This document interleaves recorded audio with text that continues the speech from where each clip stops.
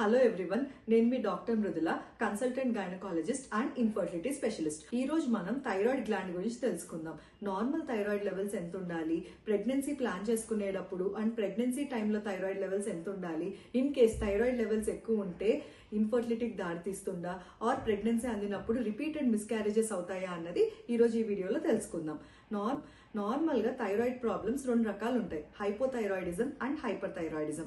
Hypothyroidism అంటే thyroid gland యొక్క పనితీరు తగ్గడం, హైపర్ థైరాయిడిజం అంటే థైరాయిడ్ గ్లాండ్ యొక్క పనితీరు ఎక్కువ అవ్వడం.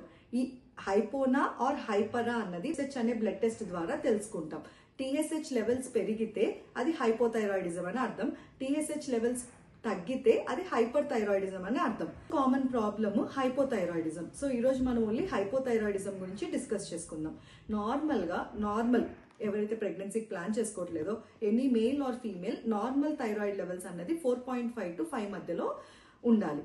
ఇన్ కేస్ థైరాయిడ్ లెవెల్స్ ఎక్కువ ఉంటే జనరల్ గా అది మెన్స్ట్రల్ ఇరెగ్యులారిటీస్ కి, హెయిర్ లాస్ కి, అలానే some amount of ovarian function కి అండ్ ఎగ్ క్వాలిటీని ఎఫెక్ట్ చేస్తుంది అన్నది రీసెర్చ్ తెలియజేస్తుంది. అదే ప్రెగ్నెన్సీకి ప్లాన్ చేసుకుంటున్నారు అనుకోండి, థైరాయిడ్ లెవెల్స్ అన్నవి 2.5 కంట బిలో ఉంచుకోవాలి. ఎందుకంటే ఇన్ కేస్ మీకు ప్రెగ్నెన్సీ అందింది, మీరు టెస్ట్ చేయించుకోలే, అప్పుడు అట్లీస్ట్ ప్రెగ్నెన్సీ అందిన తర్వాత అయినా టెస్ట్ చేయించుకోవాలి. ఎందుకంటే థైరాయిడ్ లెవెల్స్, TSH లెవెల్స్ ఎక్కువ ఉండడం వల్ల ప్రెగ్నెన్సీలో మిస్క్యారేజ్ రేట్ అన్నది పెరుగుతుంది.